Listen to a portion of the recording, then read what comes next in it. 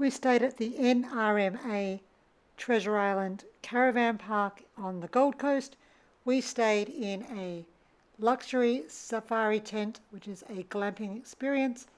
The luxury canvas safari tent is set on a raised deck overlooking the creek. It sleeps up to 4 people with 1 queen bed and 1 single bunk bed, with 2 bunks, of course.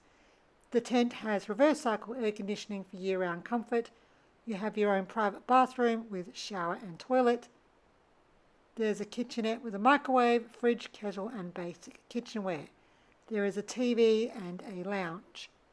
You have a large covered veranda with outdoor dining, a barbecue and a sink, perfect for relaxing by the creek.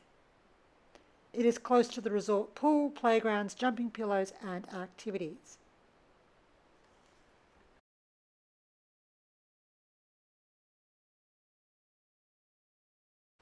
The resort has Shipwreck Shores Water Park with water slides and splash play areas.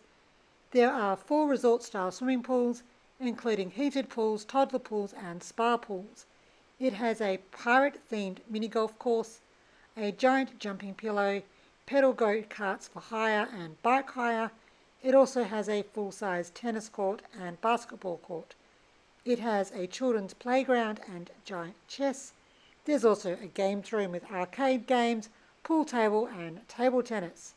During the school holidays and summer, there is seasonal outdoor movie nights and a kids club during the holidays, which offer a stack of activities. There's also a bistro on site. There is powered and unpowered sites and cabins, and it also has a modern camp kitchen. We had such a fantastic stay. There's also a guest laundry. There are family bathrooms for those caravanning or tenting, and there's also free Wi-Fi. The caravan park is close to all the theme parks, and you can just stay here, relax, and then spend the days exploring the Gold Coast and enjoying the theme parks.